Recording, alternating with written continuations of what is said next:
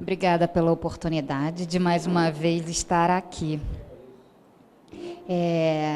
Não demos muita colher de chá para vocês, né? Tem 15 dias que nós nos encontramos, vocês estão aqui de novo, tendo que me suportar aqui na frente, mas vai ser...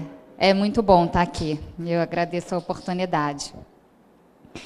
Então, muitos de vocês estiveram aqui, né? No nosso primeiro encontro, que nós falamos sobre competitividade, convivencialidade, só que nós falamos sobre o global e o particular, não foi isso?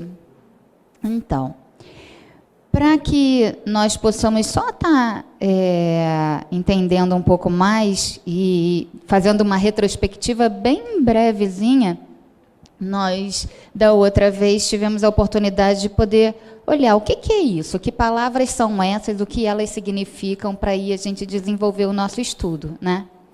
E aí nós vimos que competitividade dizia respeito à qualidade do que é competitivo, competitivo relativo à competição, que tem características que permitem ter bons resultados face à concorrência.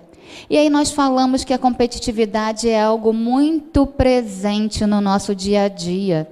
Presente desde lá, bem criancinhas, lembra? Que nós somos estimulados a isso, a tal da competitividade, quando ganhamos um irmãozinho e precisamos ali disputar o nosso espaço, né? Saber o que é meu, o que é dele. E às vezes a gente fica nessa de ter que provar que eu sou melhor que o outro. Mas nós avançamos no nosso estudo e começamos a perceber que não necessariamente precisamos provar que eu sou melhor que o outro, né? Mas posso disputar por um lugar melhor para mim, desde o momento onde eu faço o melhor que eu posso fazer por mim. E isso não quer dizer que o outro fique num lugar pior, né? E cada um pode, assim, se descobrir enquanto melhor, buscar o seu melhor e desenvolver o seu melhor. Muda a perspectiva, né? Uma coisa é eu disputar pelo primeiro lugar, onde o primeiro lugar é um só, e aí o que está lá sempre está muito preocupado e insatisfeito, porque tem que estar sempre, meu Deus, alguém quer pegar esse lugar? Não, eu vou cair, não vou, tem que tomar conta desse lugar. E o outro que está no outro lugar está sempre querendo procurar aquele lá. Mas se eu começo a olhar no melhor que eu posso ser de mim mesmo, eu não vou ficar muito preocupado com isso, né? Com o lugar do outro. Eu posso ir me destacando, me revelando, me aprimorando, e aí fico mais relaxado e tranquilo, porque eu não preciso disputar tanto, né? Fomos, então, para a convivencialidade, coisa que fizemos, né, ao longo de quase toda a palestra, discursar sobre elas, trouxemos alguns filósofos importantes para essa discussão.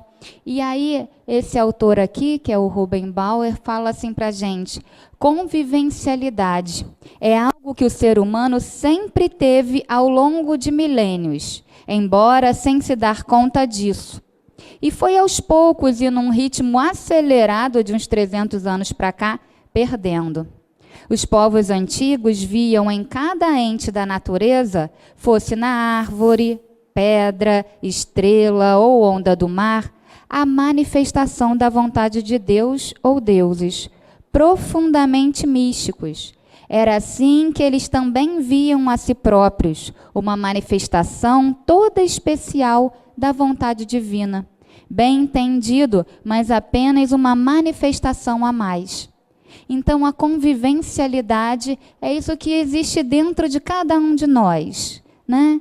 Que nos faz viver enquanto criaturas importantes, tão importantes quanto as outras, e não necessariamente mais importantes do que outras, que é o que a competitividade costuma deixar logo no primeiro momento assim deflagrado, né?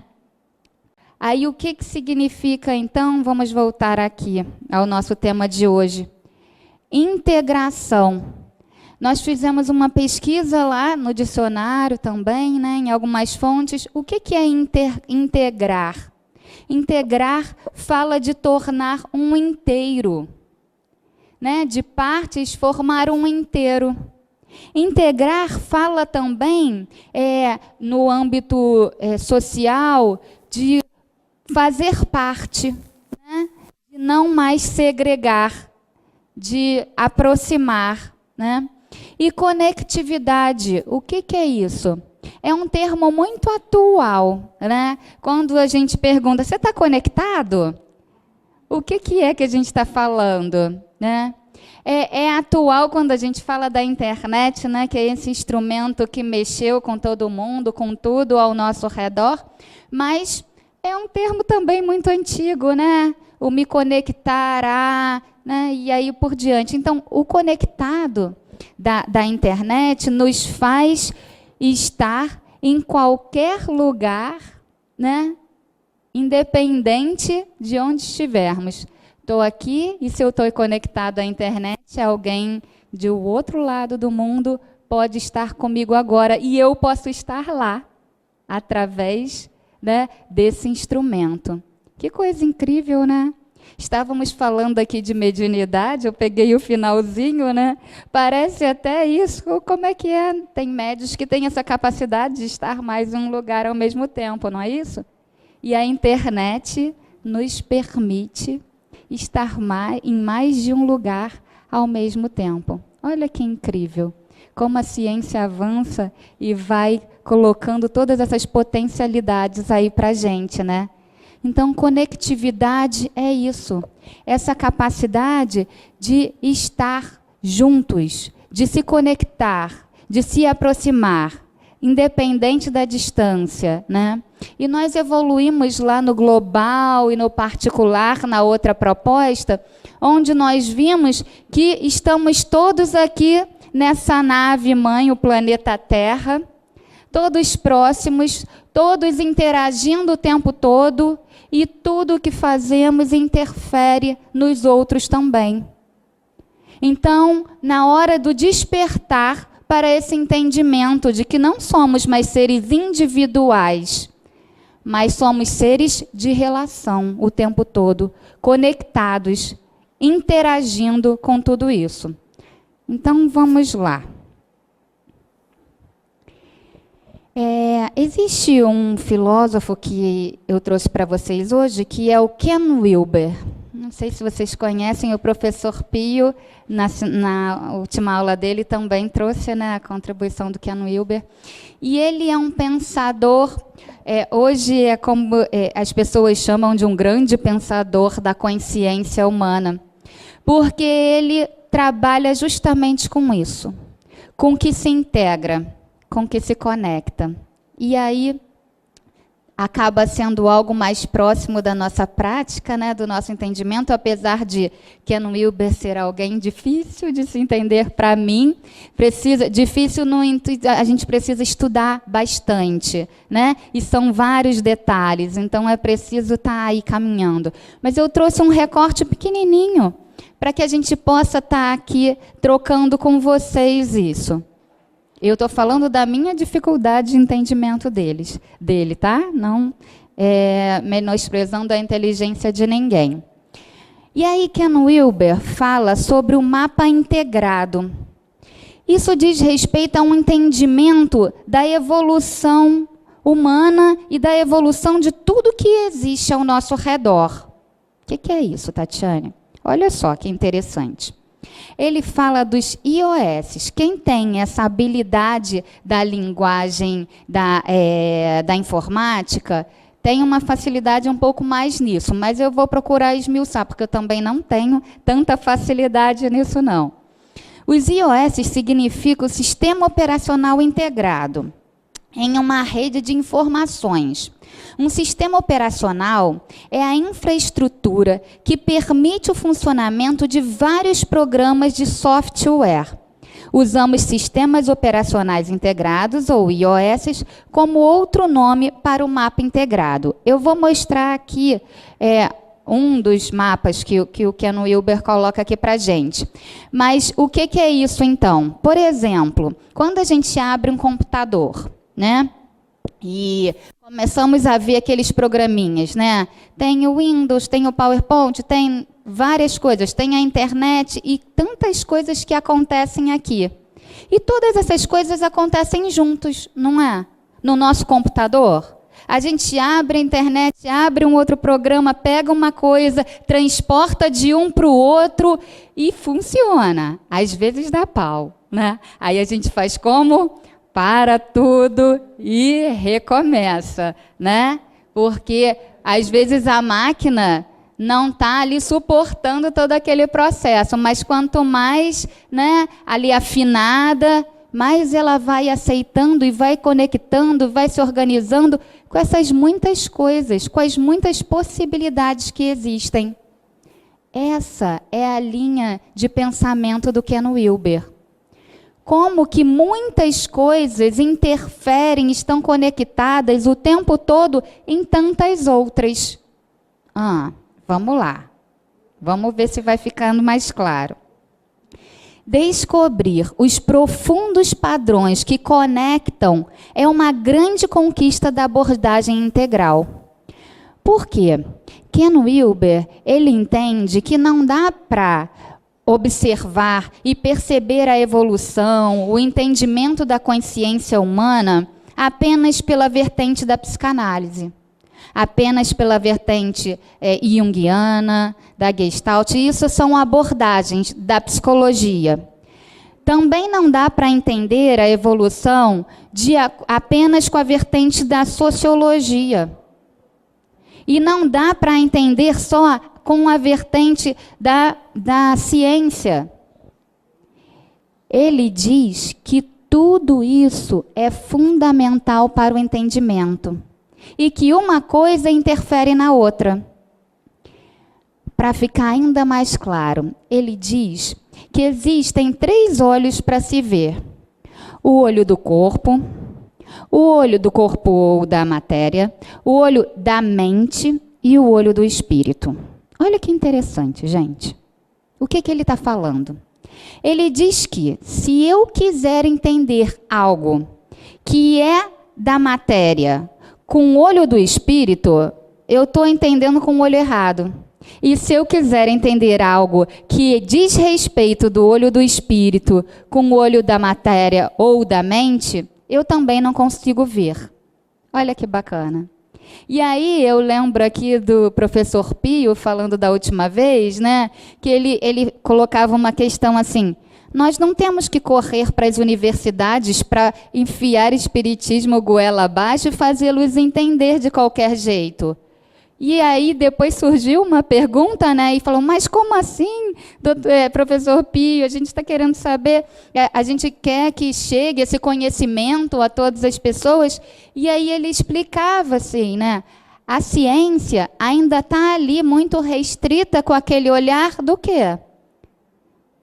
Da matéria, o olho do corpo. Como é que eles vão enxergar algo que precisa-se do olho do espírito para enxergar? E aí o Ken Wilber fala disso. Ele integra todos esses olhares, todas essas vertentes, todos esses estudos para se olhar com um olhar integral.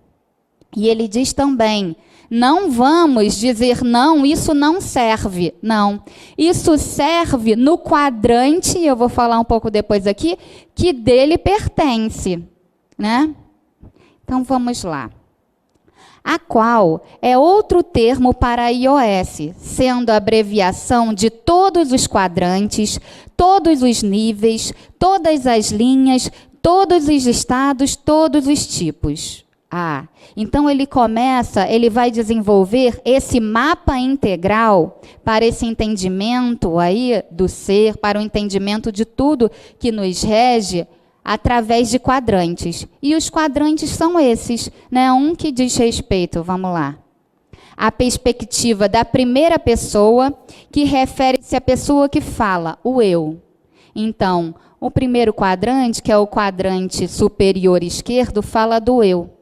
é de como eu sinto as coisas, de como eu percebo, de como é a minha experiência. E isso ninguém pode falar por mim. Só eu posso experienciar. Aí ele fala de um segundo quadrante, que é da segunda pessoa, refere-se à pessoa com quem se fala, que é o nós. Mas isso aqui é muito interessante, porque olha só, ele fala de um nós que não é, nós estamos aqui.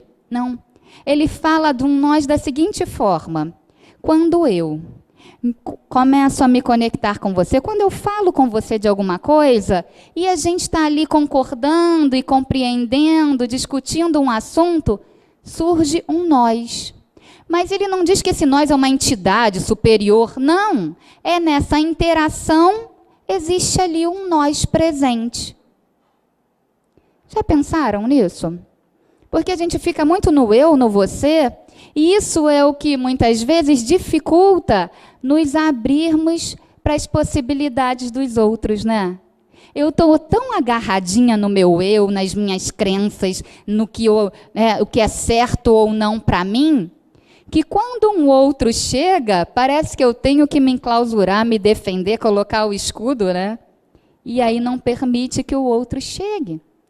Mas quando eu exercito, né, aquilo que trabalhamos na semana retrasada, né, na importância da gente se reconhecer enquanto partes integrantes, tão importante quanto a todos, aqui, eu posso ouvir o outro, né, sem necessariamente achar que aquilo ali que ele está falando é algo que desafia a minha verdade e eu tenho que anulá-la.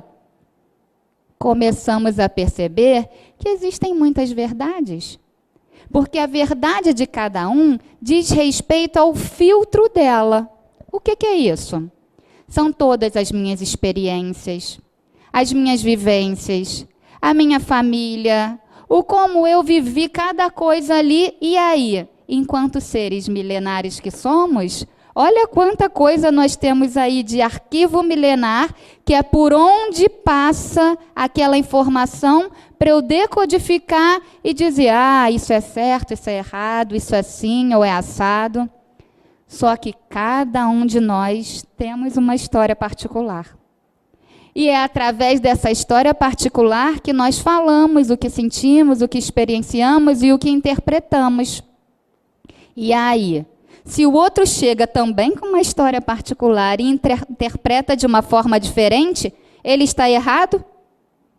Eu estou errada? Não necessariamente, né? Podem ser pontos diferentes que nós enxergamos de uma mesma coisa, de acordo com o meu arquivo. E aí, a terceira pessoa refere-se à pessoa ou coisa que se fala, que é o ele. Está muito confuso, gente?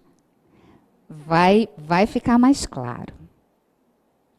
Em vez de dizer eu, nós e ele, que tal se pudermos dizer belo, bom e o verdadeiro? Aí ele começa a colocar um pouco mais de filosofia na história, né? O bom, o belo, o bom e o verdadeiro são dimensões de nosso próprio ser, a qualquer e a todo momento. Até mesmo em qualquer e todo nível de crescimento e de desenvolvimento. E que por meio de uma prática integral, podemos descobrir dimensões cada vez mais profundas da nossa própria bondade, verdade e beleza.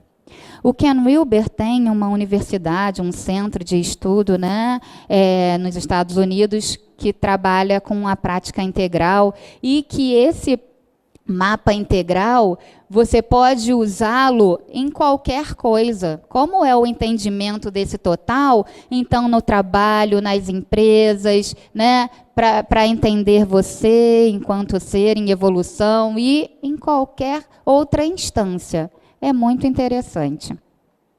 E ele continua assim, ó. A terceira pessoa, ou ele, refere-se à verdade objetiva, que é melhor investigada pela ciência. Olha aqui. Lembra dos olhos que a gente estava falando anteriormente? Do olho da carne ou da matéria? Essa terceira pessoa fala desse olho. A segunda pessoa, ou você, o nós, refere-se à bondade, ou às maneiras em que nós, você e eu, nos tratamos, e se fazemos com decência, honestidade e respeito, ou seja, moralidade fundamental. E a primeira pessoa lida com o eu, com o self, e com a autoexpressão, com a arte e a estética, com a beleza que está nos olhos ou no eu de quem vê. Mas aí está falando do meu, né? Eu comigo. Então, é mais ou menos assim. Ele divide nesses 4 quadrantes, né? O eu, e aí ele coloca aqui também primeira pessoa do singular, e aí o nós embaixo, o quadrante inferior, o ele e o eles. No outro vai ficar ainda beleza, verdade, bondade. E aí está o mapa integral.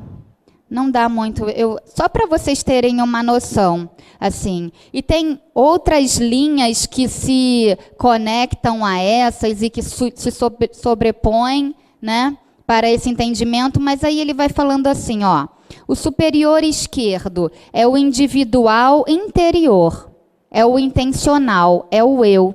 E é aqui que a gente vai vendo o desenvolvimento da apreensão, da irritabilidade, das sensações, e assim por diante.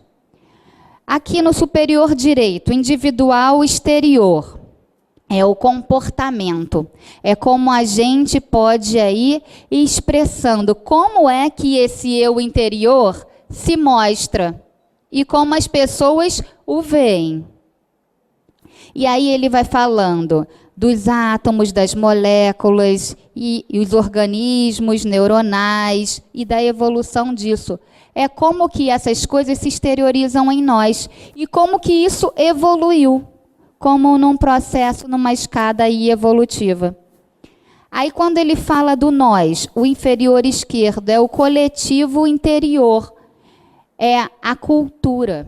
Como que todos nós estamos mergulhados nisso e como isso interfere diretamente em quem eu sou, no meu desenvolvimento, né? E no desenvolvimento total de tudo que está ao meu redor. E aí ele vai falando do físico, e aí ele também coloca algumas alguns itens que ele pega de outras abordagens teóricas, né, e que ele entende, e vai colocando enquanto evolução. E aí, no quadrante inferior direito, o coletivo exterior, que diz respeito ao social. E aí ele vai colocando, enquanto lá no iniciozinho, as galáxias, os planetas, sistema da Terra, o ecossistema, as sociedades com divisões de trabalho, como tudo isso foi sendo desenvolvido. O que ele está colocando aqui, gente? Nada está isolado. Nada é sozinho aqui nesse processo. Então, uma coisa tem relação com o quadrante inferior, que tem relação com o quadrante do outro lado, com o quadrante de baixo. Não posso pegar uma única vertente para interpretar alguma coisa e achar que ela é verdade absoluta. Todas elas se interrelacionam, todas elas estão conectadas, todas elas evoluem de uma forma, né, juntas. Só que ele dá uma colaboração também interessante aqui. E aí a gente pode falar do nosso computador, coisas que já aconteceram conosco. Nós temos lá, lembra um programa que é o Windows, ele vai evoluindo, né, com os anos que vão passando. E aí a gente quer colocar um programa que é de 2014 num de 98. Consegue? Pois é. Mas o de 98 em 2014, a gente costuma conseguir? Já nem sei mais, né? Mas a proposta é essa, que as coisas vão se integrando, né? E vão evoluindo.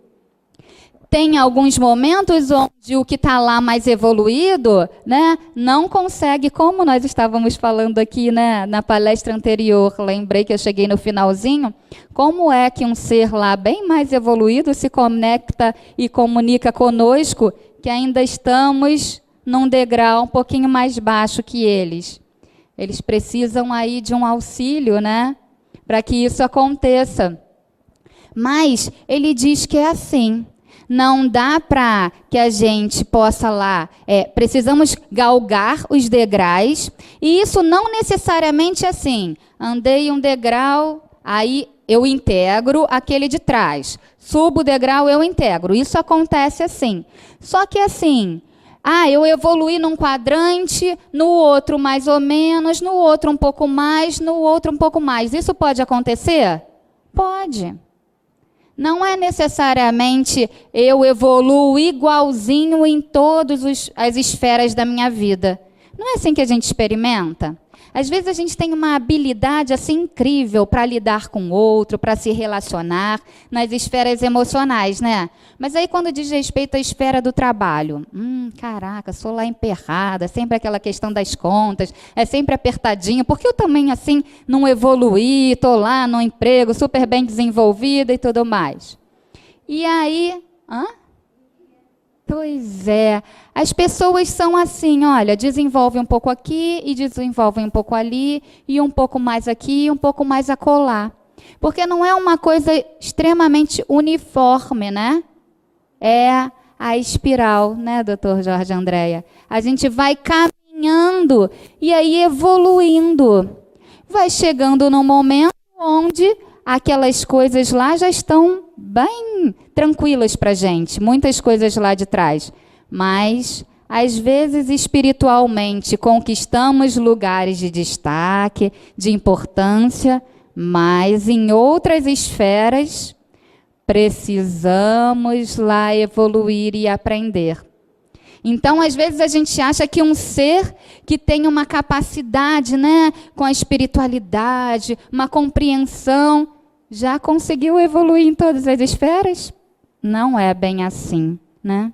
Então, isso fala da integralidade, da conectividade que o Ken Wilber traz em colaboração para todos nós. Eu penso que é muito importante, porque nós temos uma tendência, né, muito grande de excluir coisas. Né? Como a ciência, né, o que ela não pode provar, ela faz o quê? Diz que é mentira, viagem, ou que não existe. Né? E não pode ser assim. Temos mesmo que integrar, temos mesmo que ouvir, temos mesmo que observar e precisamos integrar dentro de qual quadrante essa coisa está falando para mim. Como é que a gente poderia usar isso no nosso dia a dia, gente? Acho que depois nas perguntas e nas respostas vocês podem estar trazendo aí, né, a contribuição de vocês também nisso. Mas como que a gente pode usar, né, esse quadrante aqui e usar de uma forma pessoal, né? Porque a gente se mistura também com muita facilidade, né? A gente acha que porque eu me irritei, nada mais serve. E a minha irritação está falando de qual quadrante? Está falando desse superior esquerdo aqui, dessa emoção que me mobiliza ali frente a alguma coisa. E aí, a interpretação dessa irritação, meu corpo ficou assim, né? Eu fiquei olhando mais agitada. Daí a gente está falando aqui do superior direito, do meu comportamento, dessa leitura disso. Quando a gente começa a compreender isso, né, a gente para e frente a um desafio, olha para ele e respira, como eu já falei algumas vezes aqui. Epa, é o quê? O que está me irritando? O que parece possível, o que parece não possível? Por que eu estou assim tão incomodada? Será que é porque eu estou querendo fazer uma interpretação com o olho errado das coisas? E se eu interpreto ou olho, interpretar a gente já está falando aqui, do quadrante superior direito, né? Mas se eu procuro usar o olho certo, né, ou mais acertado, para poder me deparar com as coisas que se apresentam para nós, talvez a gente vá levando as coisas com uma leveza diferenciada, né? Então, vamos lá. Os 4 quadrantes então representam 4 dimensões inseparáveis do ser no mundo, de qualquer indivíduo. Essas dimensões são tão fundamentais que todo idioma natural importante as contém como pronomes de primeira, segunda, terceira pessoa, que podem ser resumidos como eu, você, nós, ele e eles. Então, aqui ele está explicando um pouco mais do porquê a escolha, né, dessa primeira, segunda e terceira pessoa, que é algo comum na maior parte do mundo.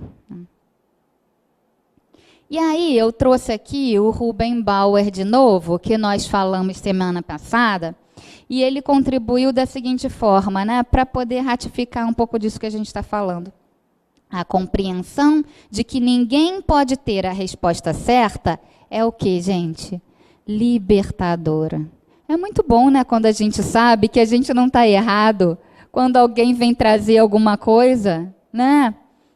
Se não precisamos mais sustentar nossa opinião contra as demais, ao ouvir uma crítica ao que dissemos, poderemos pensar, que bom, alguém está me dando uma oportunidade para refletir sobre as limitações de minhas ideias e aperfeiçoá-las. É uma chance de aprendizado, que, em sendo recíproca, configura um diálogo. Aí a gente abre espaço, né, para compreender, para poder ouvir. E aí o Ken Wilber fala como que poderia ser mais estreito, quer dizer, dentro da proposta do Ken Wilber, podemos falar como poderia ser mais estreito os laços, né, os diálogos, quando se entende que você fala algo que diz respeito a esse quadrante, ok, e que não anula aquele outro. Que tal? A gente pode conversar e trocar e ver como as coisas são complementares, como elas se conectam e não necessariamente precisam se distanciar e ficar isoladas. Como perdemos quando nos isolamos, né? E aí o Ken Wilber continua. Quando usamos iOS, que é aqueles sistemas operacionais integrados, além de podermos trabalhar com centenas de software distintos, todos eles podem comunicar entre si e aprender uns com os outros, levando assim um desdobramento evolutivo a dimensões ainda maiores de ser, de saber e de agir. Ele contribui também com a gente dizendo assim, olha, a alegação da pós-metafísica integral, que é o que ele propõe, é que as verdades profundas e preciosas das tradições pré-modernas podem ser resgatadas quando se compreendem que o que elas dizem e mostram se aplica ao quadrante superior esquerdo. Por isso, não precisavam ser responsabilizadas por desconhecerem os outros 3 quadrantes. Sendo assim, suas próprias verdades podem ser honradas e incluídas no banquete integral. Do mesmo modo, a modernidade lidava amplamente com os quadrantes do lado direito e a pós-modernidade com o inferior esquerdo, podendo todos eles ser adotados com entusiasmos. E aí podemos entender também aquilo que falamos lá na frente da convivencialidade, vocês lembram? Que é algo natural em nós e que em algum momento a gente abandona um pouco isso para viver muito mais o racional, o penso, logo existo, e aí vou fazendo das coisas instrumento ao meu bem-querer, e eu acabo fazendo também um instrumento nisto. Lembra que a gente até citou aqui um filósofo chamado Illich, que ele fala da instrumentalização do ser. Se a gente vai instrumentalizando tudo, né? Tudo tem um preço, tudo tem um valor, acaba eu também, né? Tendo um preço, um valor. E eu viro instrumento disso também. Como assim? Eu não mais percebo em mim o momento que é a hora de comer. Mas eu tenho lá uma regra que comer é tal hora, então eu como tal hora. Eu não consigo perceber em mim os sinais do cansaço e vou ali extrapolando toda a minha energia. E aí o que acontece? Fico doente. Mas antes dessa doença chegar, muitos sinais já se mostraram que eu nem percebi.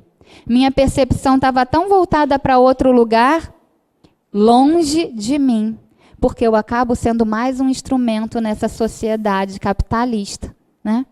Então aqui, quando o Ken Wilber vem trazer para a gente que eu não preciso abandonar algumas coisas para incorporar outras, elas podem avançar junto comigo. Então eu posso resgatar todo aquele antigo, aquela sensibilidade, aquele poder interno que em algum momento eu tinha e as civilizações, muitas delas tinham, de uma forma ainda precisando também evoluir. Mas tinha elas, coisas que a gente abandona. Então não preciso mais abandonar. Posso resgatar e colocar ela no lugar certo. E também evoluir com o meu racional. Também evoluir com a minha inteligência, né? E aí, eu trouxe os níveis de consciência da Beni, que é a Beni Cantanente, que eu gosto muito. É uma autora que fala de inteligência integral, de níveis de consciência dentro da psicologia integral. Um olhar integral do ser.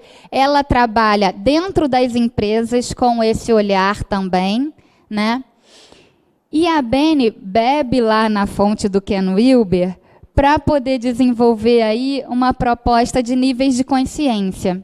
E aí esse, para mim, é bem mais palpável, bem mais interessante. E aí eu fiz questão de trazer para vocês, para nós pensarmos um pouco juntos.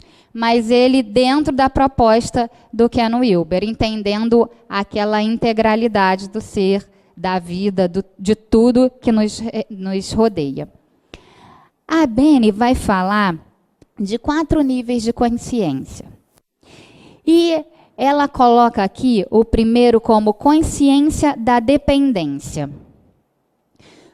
Por que falar de níveis de consciência, gente? Níveis de consciência é isso. Cada vez mais que vamos compreendendo um pouco mais, ampliando a nossa consciência, tudo se modifica, né? O nosso entendimento sobre o mundo se modifica, como que eu me comporto no mundo se modifica, né? Tudo ao nosso redor se modifica também. Então, a consciência da dependência, ela fala que é o ter. E ela faz uma comparação com um bebê. Como assim, Tatiane? Ela diz que a motivação maior desse nível de consciência é o que você pode fazer por mim. Não é assim um bebê, gente? Um bebê não precisa ser provido o tempo todo, né? Ele não pode sozinho dar conta de tudo, não é? Nós precisamos prover esse bebê. Isso é uma comparação que ela faz, tá? E aí ela diz que o foco da vida é a sobrevivência e a segurança. Então, o que você pode fazer por mim, né? Então, como que eu vou estar aí me desenvolvendo nesse nível de consciência? Ela diz que o talento natural é o pedir. Não é assim o bebê e a criança pede, pede, pede sem parar, né? Tem crianças que pedem simplesmente para desenvolver esse ato de pedir.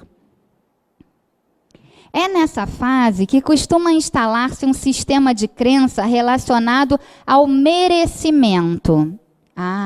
Então, como que é que essa relação com pedir, com ter, vai estar aí trabalhando a minha personalidade, esse meu desenvolvimento, essa minha consciência do ter? Eu vou estar ali pedindo, porque a criança tem mesmo que pedir para sobreviver. Depois, tem pessoas que vão desenvolver isso com o exigir. Gente, algumas crianças não exigem. Muitas delas, é comum na criança fazer isso, né? Ontem eu estava lá trabalhando aqui nos slides, aí meu sobrinho foi lá para casa, a mãe foi sair e tal. Eu falei, Tati, pode ficar com ele? Eu falei, posso. Aí ficou lá. Aí ele estava brincando com um amiguinho lá embaixo. Tia Tati, eu falei, oi, você desce aqui e faz um suco para mim? Aí eu fiquei olhando assim, eu falei, o quê?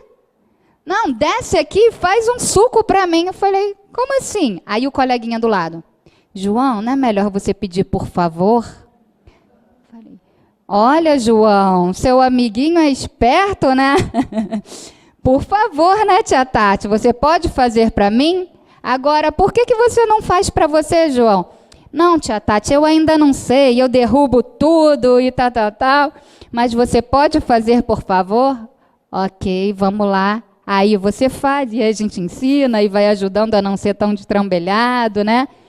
Mas é a fase onde vai aprendendo o que eu posso pedir, quando é que eu tenho que exigir, como é que esse exigir começa a ficar, né, um meio termo, como que é só apenas essa forma desajeitada aí, ou essa exteriorização dessas exigências dentro de nós mesmo, né, desse espíritozinho que a gente não sabe de onde vem, mas que precisa estar aí aprendendo tantas outras coisas na convivência, né? Só que tem pessoas que não se desenvolvem muito por algum tempo. Em algum outro momento, vai se desenvolver de acordo com as experiências. Se não for dessa vez, vai ser em outras tantas experiências, né? Até atingir um nível de consciência mais elevado, porque isso a gente sabe. Estamos aqui para isso, para evoluir. Um dia todos nós estaremos bem distantes de onde estamos hoje, mas ainda continuando evoluindo, né? Mas essas pessoas que não desenvolvem ou equilibram muito esse nível de consciências, começam aí a achar o mundo como um grande devedor. Entra aí o que apresenta-se a ganância, que é tudo meu. Merecer é exercer o poder de pedir. O não merecer são aquelas pessoas que começam a se apresentar no mundo enquanto vítimas.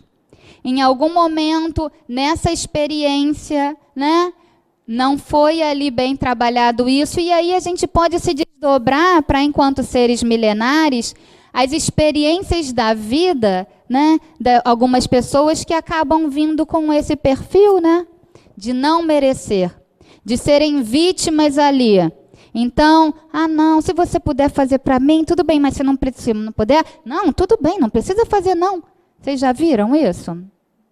Então, são pessoas que continuam funcionando nesse nível de consciência, o ter, mas de uma forma não muito equilibrada.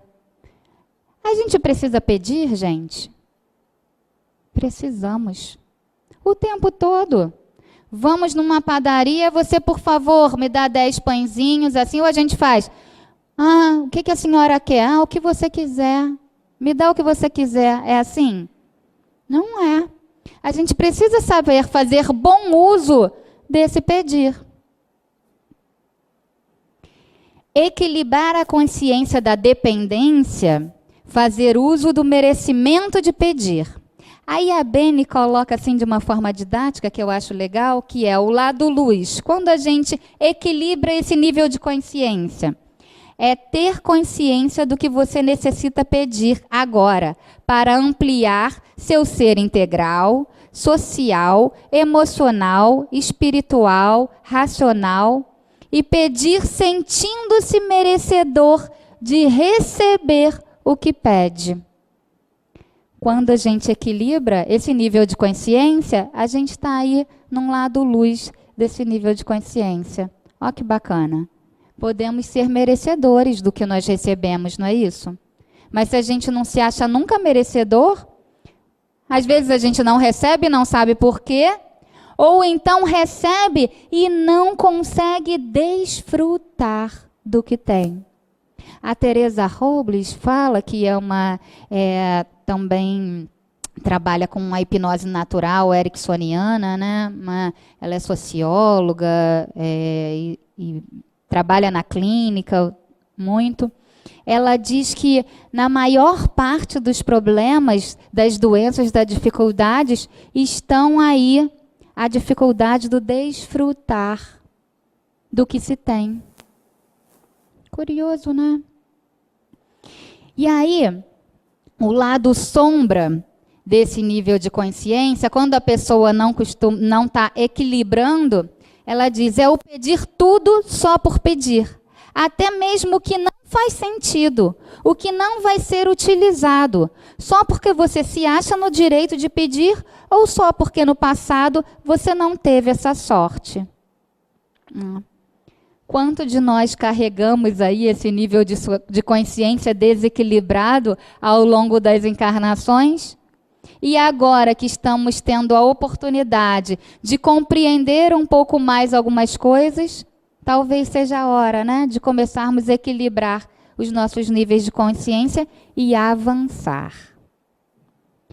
Consciência da independência. Aí a Beni fala que é a consciência do ser. Ela faz uma comparação com o adolescente, com o jovem, né? Se a gente pensar aqui num jovem, ele é o quê? Extremamente desafiador. Ele está o tempo todo se testando, não é? Tanto que aí a velocidade, né, as drogas, muitas vezes são um gatilho nesse sentido, porque é natural do jovem se desafiar, ver até onde ele pode ir. E isso é fundamental, que a gente permita que isso aconteça. Porque ele está aí numa busca interna do autoconhecimento. Saber até onde ele é capaz de ir. Né? Então, a motivação maior, o que eu posso fazer por mim, ou ser para mim. Né? Ele está muito voltado para ele, não é? Os outros tanto faz. Normalmente nós jovens vamos descobrir o mundo, vamos conquistar o mundo. E é tão bom quando a gente pode preservar, né, essa habilidade em nós.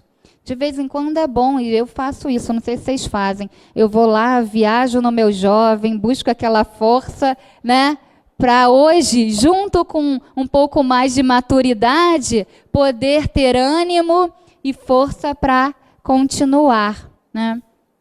O foco de vida é a conquista da própria identidade, do autoconhecimento. Então, momento fundamental aí para a gente, né, no nosso desenvolvimento. Talento natural é demonstrar força interior, seu poder, agora transformado em liberdade de agir. Olha como essa fase é importante, gente. É uma fase em que precisa muito mais provar a si mesmo do que aos outros sua força interior, seu poder. Vai exercitando seu entusiasmo e sua espontaneidade. E aqueles jovens que não são permitidos, né, sair, desbravar? Não estou falando aqui de liberdade total, que hoje em dia, né, também é algo, ser pai, ser mãe hoje em dia, eu acho que sempre tem seus desafios, mas realmente tem muitas dificuldades, né? Como que eu faço? É assim ou não? Tem todos os especialistas aí metendo o bedelho, falando do que é melhor ou do que é pior, mas cada pai, cada mãe que vai ali saber, com as devidas orientações, receber as orientações e ver como que aquilo serve para a gente, né? Mas como manejar isso, né? Até quanto eu posso deixar ir? Até quanto eu preciso ainda te deixar aqui pertinho de mim? O jovem, né, ele está terminando o processo de maturação cognitiva dele, né? E aí ele ainda precisa de um continente.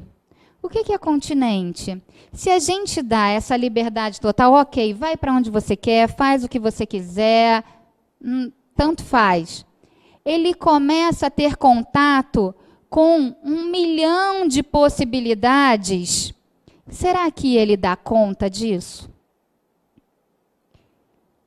Aí, de novo, não podemos nos prender a uma coisa única. Aquele jovem é um ser milenar. Muitas vezes dá conta disso e muito mais, porque já tem ali a maturidade espiritual para dar conta de tantas outras coisas. Seu foco está em outras tantas, né? Não necessariamente em estar precisando ou querendo ou descobrindo 1.000.000 de coisas ao mesmo tempo. Só que se a gente pensar aqui pela massa, né?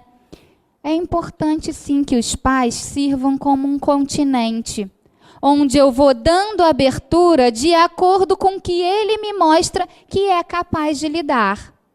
Então, essa liberdade precisa ser gradual e precisa ser individual e singular. Às vezes, um pai, para um filho, consegue abrir aqui, para o outro, não abre tanto. Se esse pai conhece realmente esses filhos, vai graduando mesmo todo esse processo e auxiliando nesse amadurecimento. Vai servindo enquanto continente e dando para ele o que ele consegue digerindo aos poucos. Mas se a gente dá um tantão de comida para uma criatura digerir num pouco instante, muitas vezes ela não vai conseguir e ela se perde. E aí fica aqui, no lado sombra desse processo. Vamos aqui continuar. A repressão, o controle e a falta de compreensão vão atrapalhar um pouco esse nível de consciência. Comprovar sua força interior e sua liberdade de ação à própria custa, com os próprios métodos, sem considerar as razões dos outros. É normalmente o que se faz quando não é adequadamente equilibrada essa consciência.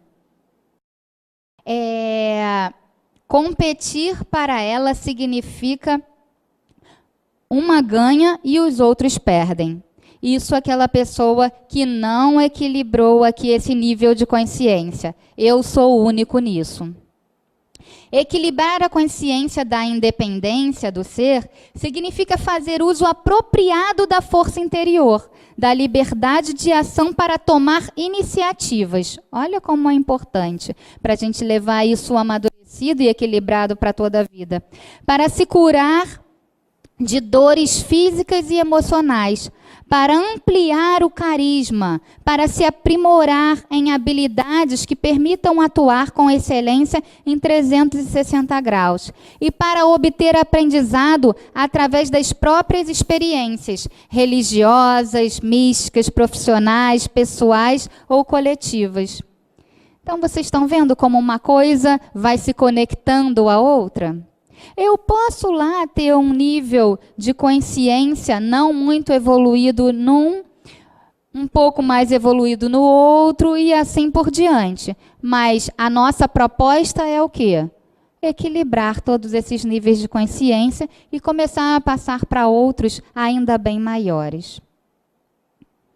Você não fica esperando que um anjo lhe faça pronta entrega de seus pedidos.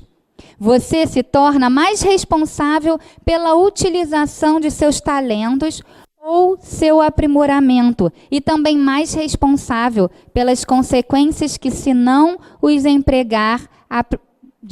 você não empregar os aprimoramentos. Então, quem se equilibra nesse nível de consciência, conquista aí um desenvolvimento melhor. O lado luz é poder se ajudar. Né? Quem tem esse nível de consciência, eu sei que eu posso, eu acredito em mim, eu sei que eu posso alcançar. E um lado sombra é aquele que fica o tempo todo tendo que provar aos outros do que pode. E esquece que é para ele mesmo que ele precisa sentir isso e seguir. E aí a Bene fala do nível de consciência da interdependência, que é um nível de consciência do fazer. E aí ela compara a um adulto, né? Se a gente puder aqui nessa nossa escala de comparações, a motivação maior, o que eu posso fazer por você. Não é assim? O adulto já pode ir e vir com mais liberdade, com maior capacidade, com maior compreensão de tudo o que acontece ao redor. Então, ele já pode começar a auxiliar o outro. O que eu posso fazer por você? O foco de vida é a coesão, é o se aproximar, é o interagir, é o integrar. Formação de parcerias. Talento natural é a arte de expressar seu amor por suas ações. Olha só, ele desenvolve aí essa virtude tão preciosa. É uma fase em que se reconhece que o seu poder, o ter, a sua força interior, o ser, precisam ser compartilhados com coragem e determinação. Equilibrar a consciência da interdependência, expressar amor a outras pessoas através da coragem e da determinação. Então, o adulto já pode isso, não pode? Já pode até gerar um serzinho, já pode ser pai, já pode ser mãe. E aí, qual é o lado luz desse nível de consciência? Saber esperar que se peça ajuda. Olha isso, gente. Saber esperar que o outro me peça para que eu possa dar a ele. Agora, o lado sombra. É o controle excessivo. Muitas vezes, aquela pessoa que o tempo todo dá, ela muitas vezes quer, né? Ou então quer que todos fiquem ali ao seu redor. Esse não é um nível de consciência equilibrado, né? Mas quando eu estou ali preparada para dar amor, mas aguardo o tempo do outro, podendo compreendê-lo nas suas necessidades, no seu momento, eu estou desenvolvendo esse meu nível de consciência. E aí a Beni fala do quarto nível de consciência que ela trabalha, que é a consciência holística. A consciência do servir. E aí ela não localiza num tempo de vida, não. E ela diz que a motivação maior, o que nós podemos fazer pelo mundo, ou ser para o mundo. Esse ser já está implicado não só com o outro mais próximo, mas com tudo que o rodeia. Esse ser global. Foco de vida é na harmonia, no bem comum. Eu realmente tenho algo para fazer por aquele outro, por aqueles outros e pelo universo, né? É curioso, a gente costuma discutir muito sobre as questões políticas, né, na atualidade, quantas coisas os nossos políticos deixam de fazer, que poderiam fazer, mas é muito fácil, né, a gente poder apontar o dedo, dizer, olha ali, olha o que não fez, mas olha aqui, é a educação, é a saúde, é isso, é aquilo lá que os nossos políticos não estão fazendo adequadamente. Agora, e eu? Enquanto sociedade também, comprometida com esse todo que está ao meu redor, o que faço? Só falo? Estou engajada em algum trabalho? Quando eu olho alguém na rua, eu me distancio e também discrimino alguém diferente de mim? Ou eu posso lançar um olhar amoroso, um sorriso que seja? Quando eu vejo alguém chorando e de repente passando por mim, algo que eu nem posso abordar, será que eu emito um pensamento de ajuda àquele ser? Então, assim, o que eu posso fazer pelo outro, na consciência anterior, do fazer, e como que eu me implico em tudo isso que está ao meu redor? É atuar com a alma, o coração e a razão integrados.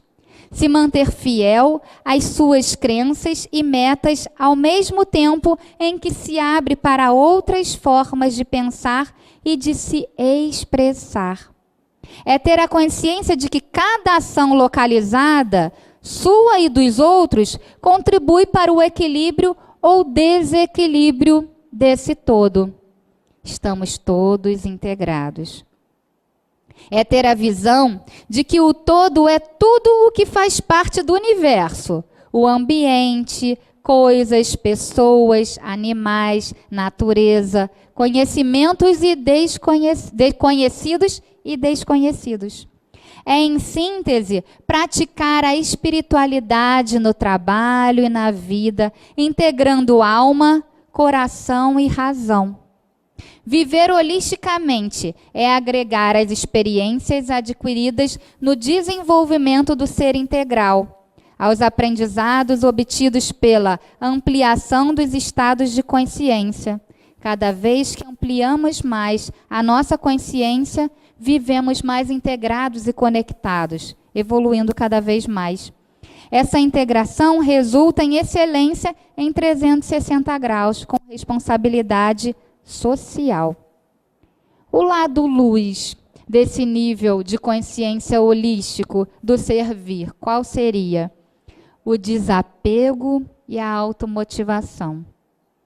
O desapego porque se eu estou conectado com tudo, faço parte de tudo.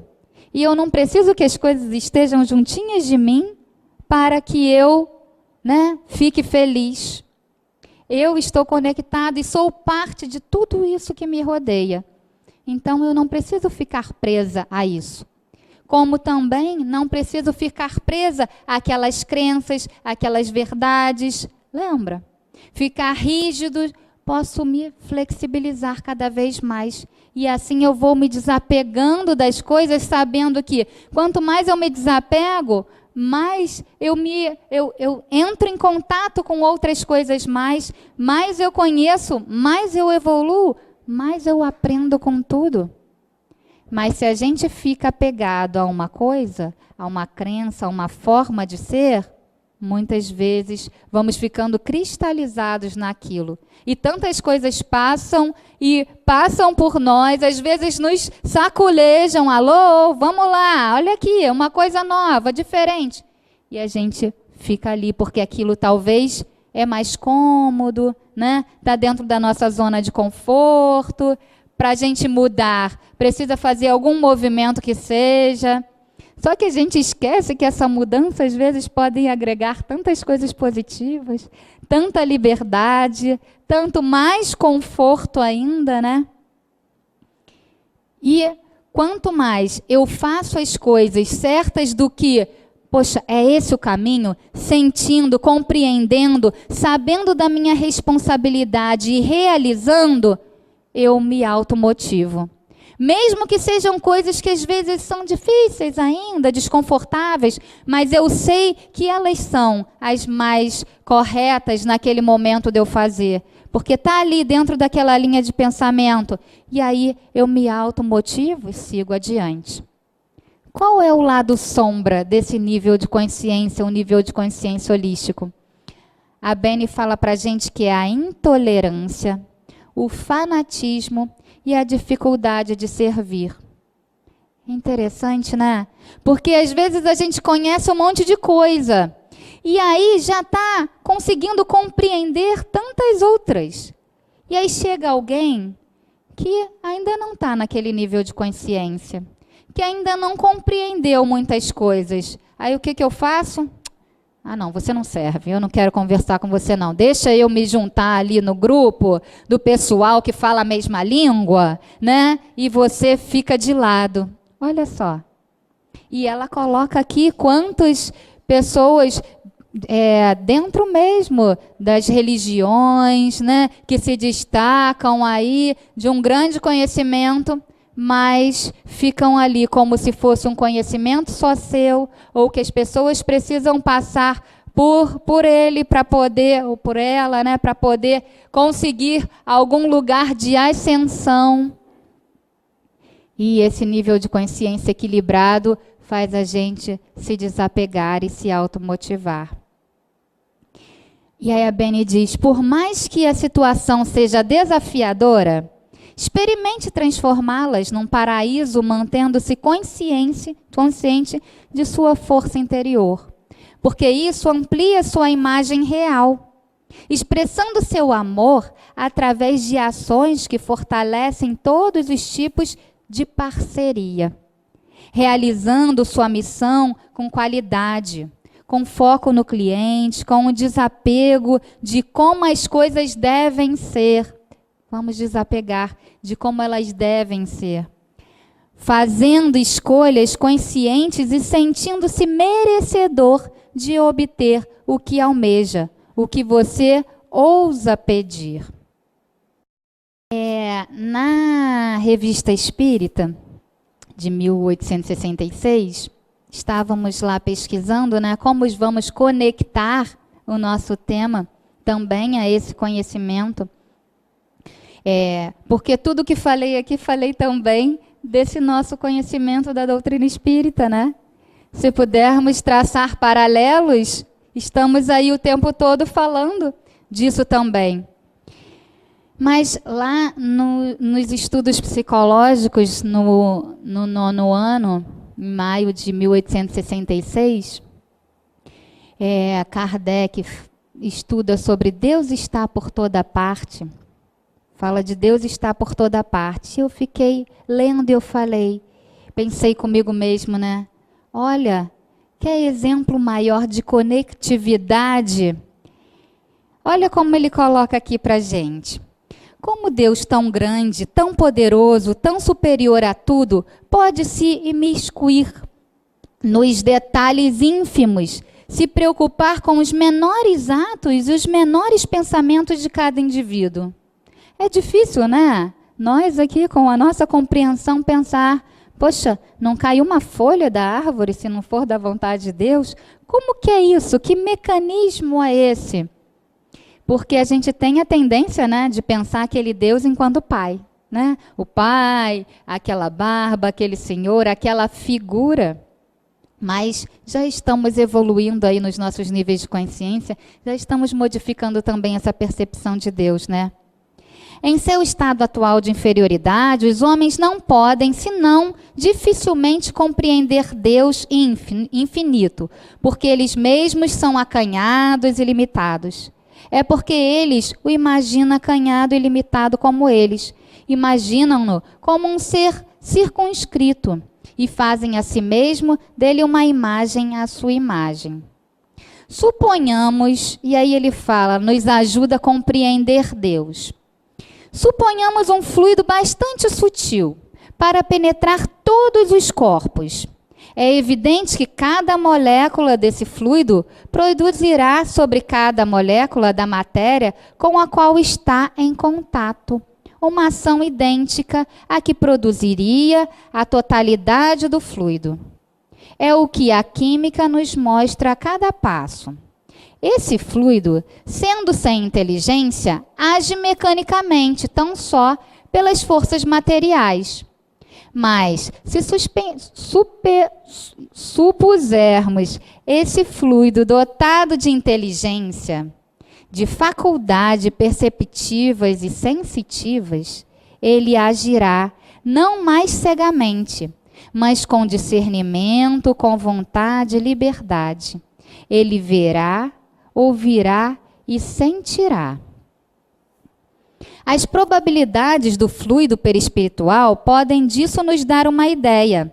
Ele não é inteligente por si mesmo, uma vez que é matéria, mas é o veículo do pensamento, das sensações e das percepções do espírito.